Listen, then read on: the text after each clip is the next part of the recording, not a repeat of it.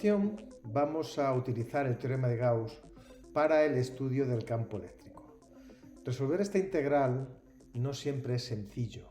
De hecho, en la mayor parte de los casos nos lleva a resultados muy complicados de integrar o imposibles, y tan solo en algunos casos de especial geometría nos resultará sencilla la integral y por tanto nos permitirá facilitar el problema del cálculo del campo eléctrico.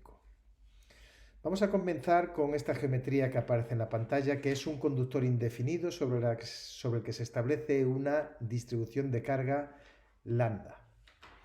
Y vamos a establecer una superficie de Gauss, una superficie sobre la cual calcularemos el flujo, una superficie cilíndrica, concéntrica, con este hilo indefinido de radio R y de longitud L. El teorema de Gauss nos va a permitir calcular el campo a una distancia R del hilo conductor.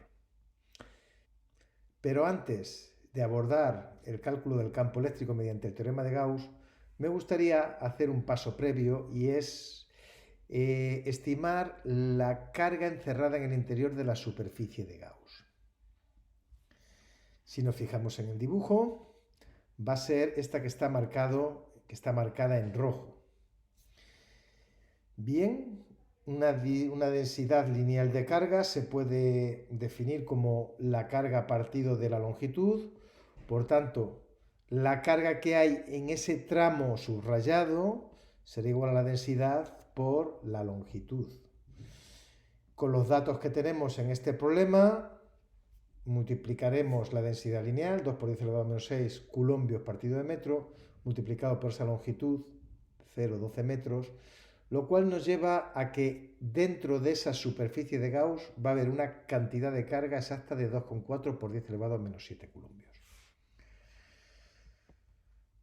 Muy bien, pues podríamos calcular el flujo que atraviesa toda esta superficie, Q partido de epsilon sub 0, y llegar a este valor que tenemos en campo por superficie, newton coulombio por metro cuadrado. Esta será la cantidad de líneas que atraviesan la superficie. No obstante, este número no es algo que nos vaya a valer para una definición, para encontrar una expresión general del campo eléctrico a una distancia R. Ahora sí, vamos a intentar calcular el campo que genera esta distribución de carga a una distancia R del conductor. Hemos de recordar que es un conductor indefinido.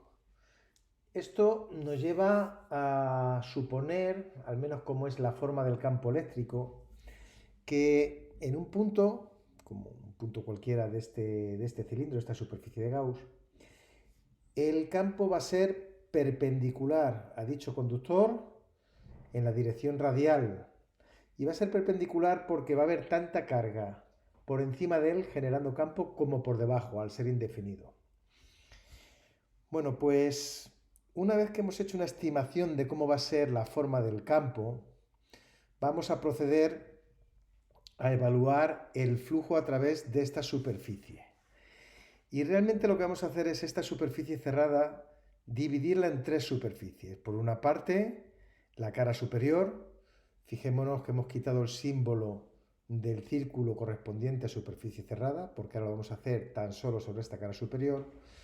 Además, el flujo a través de la cara inferior y el flujo a través de lo que es el cuerpo del cilindro. Vamos a empezar con la cara superior y tenemos que hacer este producto escalar. Lo primero es situarnos en un pequeño diferencial de esa superficie, este que hemos marcado aquí, y en ese punto el diferencial de superficie será un vector perpendicular a la superficie, que vemos en pantalla, y vamos a dibujar también el campo eléctrico. Como hemos dicho, va a ser un vector perpendicular a la distribución de carga, hacia afuera porque las cargas son positivas. Si nos fijamos en el esquema, el vector diferencial de superficie y el vector campo eléctrico van a ser perpendiculares. Es decir, el ángulo que forman es 90 grados. Además, eso va a suceder sobre cualquier diferencial de esta superficie. Por tanto, el producto escalar que tenemos dentro de la integral va a ser 0. Vamos a sumar elementos que son todos ellos 0. Si nos vamos a la cara inferior, tenemos una distribución completamente análoga. Elegimos un diferencial de superficie, vemos cómo es el vector diferencial de superficie, vemos cómo es el campo eléctrico, comprobamos que también son perpendiculares ambos vectores y por tanto esta integral también nos queda 0. Por último, veamos cuál es la integral sobre el cuerpo del cilindro. Operemos de la misma forma, elijamos un diferencial cualquiera y sobre él vemos cuál es el vector diferencial de superficie y vemos cuál es el vector campo eléctrico.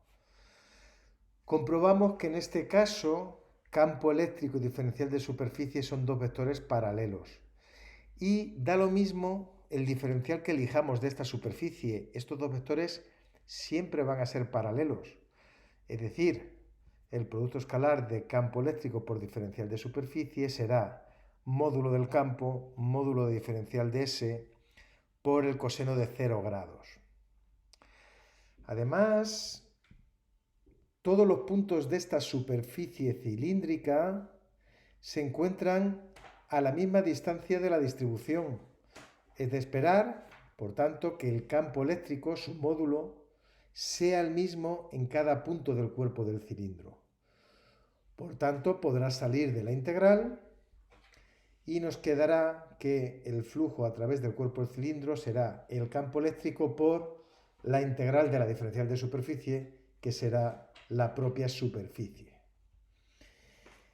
¿Cuál es la superficie del cuerpo del cilindro? Pues si estiramos esta superficie cilíndrica, veremos que será base por altura, es decir, 2πr por la longitud.